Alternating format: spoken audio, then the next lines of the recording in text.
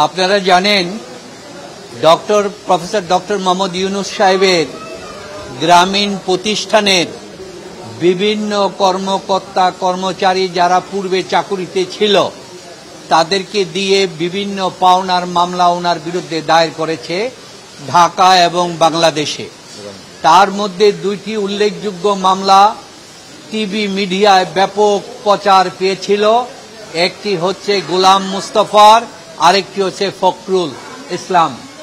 তারা দুজনেই হচ্ছে সিনিয়র ম্যানেজার এবং প্রোগ্রাম সিনিয়র ম্যানেজার।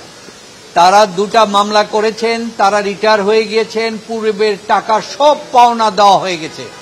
তারপরও রংপুর লেবার কোর্টে মামলা করার পর আপনাদের টিভি মাধ্যমে সারা বাংলাদেশে প্রচার করা হয়েছে ডক্টর ইউনূস সাহেবের কাছে এই পাওনা টাকা পাওয়ার জন্য। এই একটি মামলা গোলাম মুস্তফা যেটা করেছিলেন, এটা মহামান্য হাইকোর্ট কর্তৃক গত এই মাসের প্রথম দিকে আপনার এটাকে স্টে করা হয়েছে এবং এটাকে স্থগিতাদেশ দিয়ে মামলার সমস্ত কার্যক্রম করা হয়েছে, কারণ ওই মামলা আইনত চলে না। আর ফখরুল ইসলাম, যার মামলাটা আপনারা প্রচার করেছিলেন ব্যাপকভাবে, আজকে রংপুরের শ্রম আদালত এই মামলাটি খারিজ করেছেন। আমাদের পক্ষে ডক্টর ইউনূস সাহেবের পক্ষে যে পিটিশন দেওয়া হয়েছে, যে দেওয়ানি কার্যবিধির অর্ডার 7 রুল 11 অনুযায়ী এই মামলা চলে না, সুতরাং এই মামলাটি খারিজ করে দিয়ে হয়েছে যে এই মামলা করার তার কোনো লেবার কোর্টের কোনো এখতিয়ার নাই মর্মে খরা করেছে। সুতরাং তার সেখানে কোনো পাওনা নাই এবং তার যদি কোনো কিছু করতে হয় সে সিভিল কোর্টে গিয়ে সে সেখানে প্রচেষ্টা চালাতে পারবে। এটাই হচ্ছে আজকের বিষয়। হাইকোর্টের মামলাটা সিমিলার। গোলাম মুস্তফা মামলা করেছেন, করে সেখানে সাক্ষীও করে ফেলেছেন সমস্ত কিছুতে।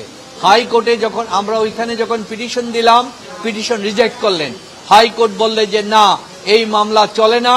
গোলাম মুস্তফা একজন অফিসার, তিনি ব্যাংকের কর্মকর্তা, দুইজনেই ব্যাংকের সাথে অপারেশন করে, তারা শ্রমিক না, শ্রমিক আদালতে তাদের কোনো পাওনা নাই, তার আর কোনো মামলা চলে না।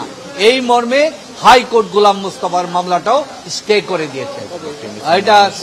এটা স্টে করেছিল গত মাসের গত মাসের শেষের দিকে মামলাটা স্টে করেছিল। আর আজকে ফখরুলের মামলাটা সরাসরি লেবার আদালতে খারিজ করে দিয়েছে রংপুর।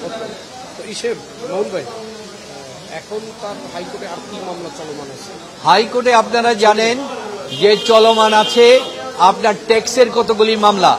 এখানে আপনাদেরকে আমরা একটু সুস্পষ্টভাবে মিডিয়াকে বলতে যাই, মিডিয়া সম্পর্কে বিদেশে বিশাল ধরনের একটা বিভ্রান্তি রয়েছে। আপনারা ডক্টর ইউনূসের মামলাগুলিকে বলতেছেন কর ফাঁকির মামলা।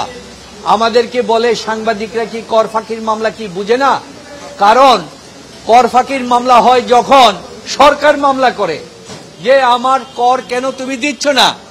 আর এখানে ডক্টর ইউনূসের পক্ষে মামলা করা হয়েছে যে আমি 2004 সাল থেকে 2017 সাল পর্যন্ত সমস্ত ট্যাক্স দেওয়া তুমি 2017 সালে এগুলিকে রিওপেন করে আমার বিরুদ্ধে অতিরিক্ত কর কেন ধার্য করেছো, এইটাকে চ্যালেঞ্জ করে ডক্টর ইউনূসের পক্ষ থেকে মামলা করা হয়েছে।